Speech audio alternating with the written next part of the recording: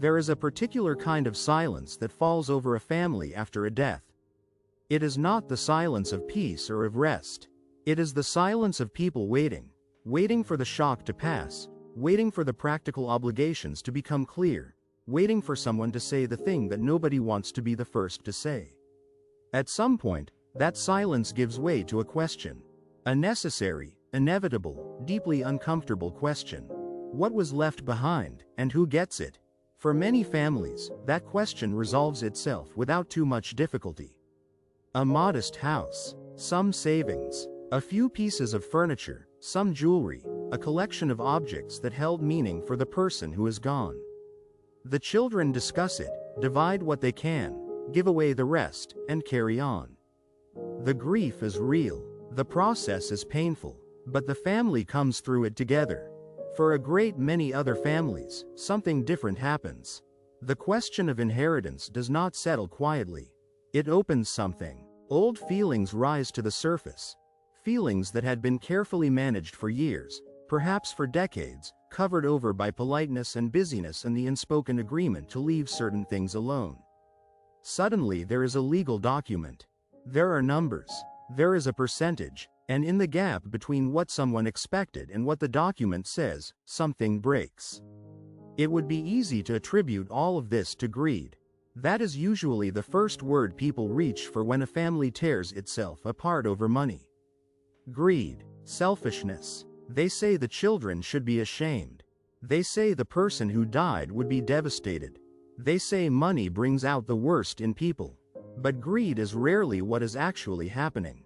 What is happening is older and more complicated than greed. It is the final reckoning of a family's interior life. The moment when everything that was felt but never said is forced into the open, not by choice, not at a time of the family's choosing, not with the parent present to explain or reassure or mediate, but all at once, in the middle of grief, with a legal document as the only guide. That is the situation millions of families face, across every country, every culture, every income level. And understanding it, understanding why it happens, what it is really about, and what makes the difference between the families that come through and the families that do not, requires looking honestly at something most people would rather not think about until it is too late.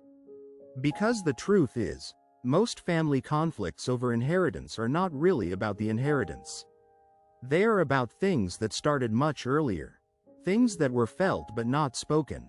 Things that were given or withheld, recognized or overlooked, in ways that nobody ever addressed directly. The money is the match. But the fire was already laid. Today, that is what we are going to explore. Not with legal advice or financial planning, but with the kind of calm, clear attention that this subject deserves and rarely receives. Because few things in later life touch as many people as deeply, and as lastingly, as what happens when a family gathers to divide what was left behind. For most of human history, inheritance was not something that most ordinary people needed to think about very carefully. Not because death was uncommon or because families did not care what happened to their belongings. But simply because, for most people, there was not very much to leave. Farmers left their land, if they owned any. Craftsmen left their tools. Merchants left their inventory and their debts. For the vast majority of people in the centuries before the modern era, laborers, servants, tenant farmers, the poor and the working poor who made up the largest portion of every society, the question of what to leave was settled quickly and simply. There was not enough to quarrel over. This is important to understand, because it explains why the kind of inheritance disputes that are so common today are, in historical terms, quite new. It is not that people became more selfish or more materialistic in the 20th century. It is that, for the first time, ordinary families had something worth dividing. What changed was home ownership. In the decades following the Second World War, something remarkable happened in the United States, the United Kingdom, Canada, and Australia. Governments and banks and social policy combined to make it possible, and then normal, and then expected, for working people to own their homes. Veterans returned from war to find mortgage programs waiting for them. Modest houses in newly built suburbs were within reach of wages that had never previously bought property. A generation of people who had grown up in rented rooms or shared apartments found themselves, almost unexpectedly, with a deed to a piece of land. Those houses, modest as many of them were, appreciated over time. By the 1980s and 1990s, the home that a family had bought for a modest sum in the 1960s was worth several times what they had paid. For the first time in history, millions of ordinary families were sitting on real wealth, not because they had been clever or well-connected, but simply because they had bought a house when houses were affordable and lived in it long enough for time to do its work. Alongside home ownership came the accumulation of other assets. Pensions, which began as benefits for government employees and gradually spread to large private employers, meant that workers could reach retirement age with savings they had not had to build themselves. Life insurance policies became commonplace. Savings accounts grew slowly over working lives. The general spread of middle-class prosperity across the post-war decades meant that many families who would never have thought of themselves as wealthy were, by the time they reached old age, the owners of assets, property, savings, investments, that had real value. Their children expected nothing, or very little. They had grown up without this conversation because there was nothing to have the conversation about. And then the phone call came. What is happening now, as that post-war generation reaches the end of its lives, is something researchers and economists have described as the largest transfer of wealth in recorded history. Hundreds of trillions of dollars, pounds, and euros are moving from the oldest living generation to the next. The numbers involved are almost impossible to comprehend in human terms. And those numbers are passing through families that are, in many ways, uniquely unprepared for what they are receiving. Modern families are not structured the way families were structured when the houses in question were purchased. Adult children live far away, in different cities, in different countries, sometimes on different continents. They have different financial situations, different levels of professional success, different relationships to the family home. One sibling may have stayed in the same town. Another may have moved away decades ago and built a life somewhere entirely new. One may have done well financially. Another may be struggling. The rituals and structures that once helped families navigate major transitions, shared religion, shared geography, regular family gatherings, the accumulated understanding that comes from years of proximity, have weakened significantly for many families. The children of the post-war homeowners grew up with those structures, but their own families often have less of them. They are closer, in some ways, than families once were, connected by phones and video calls and social media in ways that previous generations were not. But they are also, in other ways, less practiced at the kind of honest, difficult, in-person conversation that inheritance requires. And almost none of them learned to talk about money. Because their parents did not talk about money. Because the generation that built those houses believed, deeply and sincerely, that financial matters were private. That it was not polite to discuss what one owned. That children would learn when the time came, and that there would be time enough to explain. There is almost always less time than people believe. There is a particular situation that plays out, in some version, in a great many families. You may recognize it. One of the adult children, often the one who lived closest to the parents, who drove them to their medical appointments, who managed the phone calls to the specialists, who helped arrange the move to a smaller house, who gave up weekends and holidays and sometimes years of their own life simply to be present. That child arrives at the reading of the will expecting, in some quiet part of themselves, that what they gave will be seen. Not necessarily rewarded with more money, though that would feel fair. But acknowledged, recognized, named in some way by the parent's final document as the person who had been there. And sometimes that acknowledgement exists.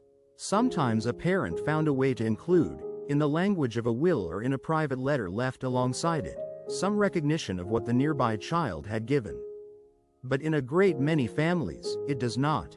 The will is equal. Each sibling receives the same percentage of a house that one sibling helped maintain, from an estate that one sibling helped manage, through a final chapter of a life that one sibling largely navigated alone. The others arrive from their distant cities. They are grieving, genuinely. They called when they could. They visited at Christmas. They helped when they were asked. And they expect an equal share of something they consider equally theirs. What follows is not simple greed on either side. It is the collision of two entirely different experiences of the same family. The child who stayed close lived through their parents' decline in a way that the others simply did not see. The children who lived far away had their own grief, the guilt of distance, the awareness that they had missed things they cannot go back to, and perhaps an urgency to claim something concrete and lasting from what remains. Neither of those things is unreasonable. Both of them are real.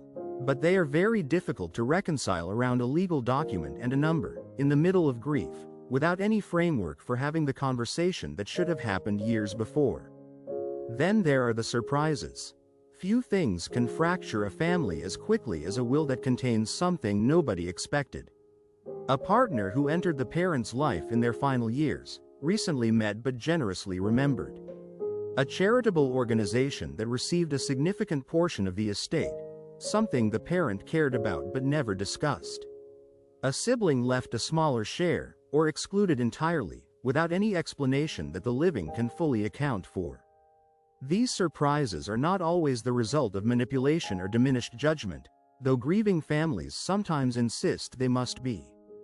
They may simply be the result of a parent who had reasons that made complete sense to them, that they intended to explain someday, that were so obvious to them that they assumed their children already understood. And those reasons died with them, before the conversation that would have made them clear.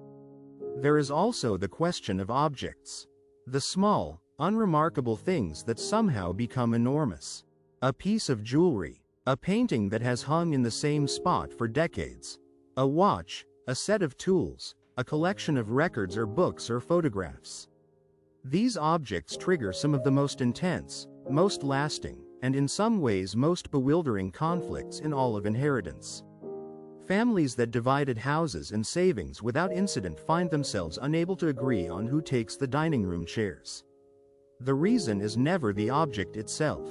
The reason is that the object carries meaning that cannot be expressed any other way. When two people want the same thing, they are almost always fighting over something much older and much larger than what the thing is worth. They are fighting for recognition, for the acknowledgement that they were the one who truly understood what that thing meant, who truly loved the person who owned it, who truly deserves to carry that meaning forward. When they cannot say that directly, because grief makes directness hard, because families often lack the language for it, because saying it out loud feels like claiming to be loved more, they fight about the object instead. The damage that follows these conflicts is real and slow and lasting. Siblings who were never especially close drift further apart. Siblings who genuinely liked each other stop speaking, sometimes for years, sometimes without ever fully understanding how they arrived there. Holidays become smaller. Family photographs stop being taken. Grandchildren grow up without knowing their cousins. The family, which was supposed to be what the parent left behind, quietly collapses around the very thing that was meant to hold it together. There is something important that gets overlooked in most discussions of inheritance. A will is not only a legal document, it is a form of communication. It is the last thing a person says to the people they have spent their life closest to, not in words, not in a conversation that can be interrupted or clarified, but in the final distribution of everything they owned. And like all forms of communication from people who found it difficult to express themselves directly, a will can be profoundly misread. When a parent leaves everything equally, it may mean they loved all their children the same. It may also mean something quite different. It may mean they wanted to avoid conflict and chose the simplest possible path. It may mean they did not know how to acknowledge what the nearby child gave without implying that they valued the others less. It may mean they were advised to keep things simple by a lawyer who understood the legal question but not the family. It may mean they genuinely, sincerely believed that equal and fair were the same thing. They are not always, and the children receiving those equal shares often feel that difference acutely, even when they cannot fully articulate it. The distinction between equality and fairness is one of the most contested ideas in family life. Equal means everyone receives the same amount. Fair means everyone receives what is appropriate given what they gave, what they need, and what the full history of the family actually looked like. These two things sometimes align perfectly. More often, there is a gap between them. And in that gap lives a great deal of resentment, most of it never expressed, some of it carried for decades. There is also something worth saying about the way grief interacts with all of this. In the weeks and months following a significant loss, a person's emotional capacity is operating under extraordinary pressure. The defenses that normally keep old feelings managed are lowered. Things that would be manageable under ordinary circumstances become enormous. A name missing from a document feels like erasure. A smaller percentage feels like the parent's last judgment. An object given to someone else feels like the love that object represented being redirected, away from you, toward someone else, permanently. From the outside, this looks like greed. People watching say, "It is just money. It is just an old watch. It is not worth losing your brother over." And they are right that it is not worth it. But they misidentify what is actually happening. It is not greed. It is grief that has found a container. It is the sorrow of losing a parent combined with the long-suppressed wish to be seen by that parent, and the sudden, terrible realization that the chance to be seen has now passed forever. The money and the objects are the only remaining evidence of how that parent understood the family. And people examine that evidence with everything they have. This is why inheritance reveals so much about what was happening in a family long before the death occurred. Families that struggle most with dividing an estate are almost always families that struggled, in quieter ways, with honesty and recognition during the parent's lifetime. The money does not create those difficulties. It simply forces them into view. Families where one child was quietly favored, given more help, more attention, more financial support during the parent's lifetime, but where those gifts were never acknowledged openly. Families where parents and children related through the language of practicality and never found a way to speak about love, preference, or gratitude directly. Families where old grievances between siblings were managed by keeping everyone slightly at a distance from one another, so the tensions never came to a head. In those families, the inheritance is not a new conflict. It is the continuation of a much older one, finally given a shape that everyone can see. The parent's task, looked at clearly, is something close to impossible. How do you divide the love of a lifetime into a legal document? How do you account, numerically, for years of proximity on one side and genuine but distant affection on the other? How do you put into percentages what you feel for each of your children in a way they will each read as recognition? Most parents do not attempt this, because the attempt itself feels like a betrayal, like ranking your children, like saying one cost you more than another.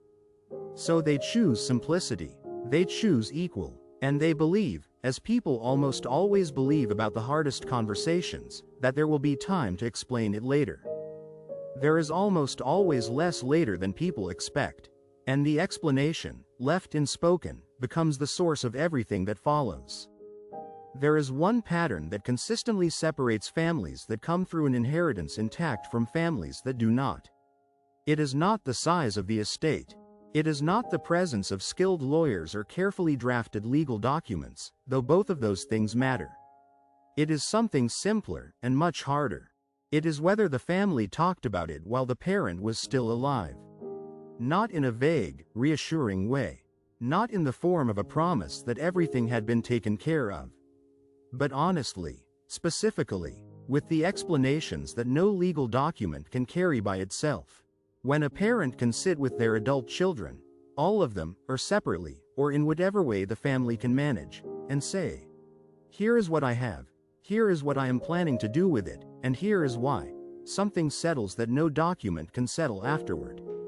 When that explanation includes the things that are most uncomfortable to say, the acknowledgement of what the nearby child sacrificed, the reason for an unequal division if there is one, the recognition of what was given over years by each person in their own way, that honesty is worth more than any legal precision. It does not need to be a formal family meeting. It does not need to be perfectly organized. It does not need to resolve every tension or address every old grievance. But it needs to be honest. It needs to name the things that have not been named. And it needs to happen while the parent is still present to speak for themselves. The families that avoid this conversation, as most families do, because it is deeply uncomfortable, because it feels like preparing for a death that everyone is trying not to think about, because it requires saying things out loud that have always been left unsaid. Those families believe they are protecting something.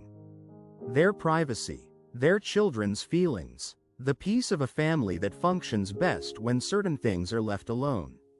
What they are actually doing is leaving those things in a place where they will surface later, under conditions that make them far harder to manage. The silence does not disappear. It waits. There is also something worth saying about what most people, in their most honest moments, actually want from an inheritance. It is rarely the money itself. A person fighting bitterly over a percentage point, or refusing to back down about a piece of furniture, is almost never doing so because they genuinely need those things. They are doing so because they need something that money cannot actually provide, but that money has become the only available proxy for. They want to know they were remembered, that what they gave was seen, that the parent, in their final act, acknowledged something true about who each child was and what their relationship had meant. That acknowledgement does not cost money. It requires honesty and time, and the willingness to say difficult things while the opportunity still exists. The families that survive grief with their relationships intact are not the ones with the smoothest legal arrangements. They are the families that understood, even imperfectly, that love and property are different things. That what they were dividing was not really the house or the savings. It was the question of what kind of family they would be after the people who made them a family were no longer there to hold it together. The real inheritance is not what a parent leaves. It is what the family chooses to become in the years that follow. That choice belongs to everyone who is still living. And it begins not in a lawyer's office after a death, but in an ordinary conversation, in a kitchen or living room, on an afternoon when there is still time to say what has not been said. # suggested thumbnail text. What we leave behind. The will. Money divides US. What families fight over. # suggested video description. When a parent dies and the estate is divided, something unexpected often happens to the family members who remain. The money itself is rarely the real issue. What surfaces is everything the family never said out loud, the old resentments, the unequal burdens, the quiet preferences that were never made explicit. In millions of families, the result is damage that outlasts the grief. This episode explores what inheritance really does to families. Why disputes happen even in caring, close-knit families. What the caregiver child carries that others often fail to see. Why equal does not always mean fair. Why grief and greed look so similar from the outside. And why the conversations people avoid most are precisely the ones that would help most. A calm, thoughtful exploration of one of the most human and least discussed challenges of later life. # fact-check notes. Verify the great wealth transfer figure, commonly cited as $84 trillion passing between generations in the U.S. over the next 20 years, Cheruli Associates. Confirm current figure and timeframe as of 2025-2026. Verify what percentage of families report sibling conflict after a parent's death, commonly cited around 44% in some surveys. Confirm source. Verify that disputes over sentimental objects rather than financial assets are among the most common triggers of family conflict in estates. Check a U.S. estate attorney survey or similar. Verify historical U.S. home ownership rate shift. Approximately 44% in 1940 rising to over 60% by 1960. Confirm current historical figures. Check whether the Great Wealth Transfer framing remains current in 2025-2026 reporting or has been superseded.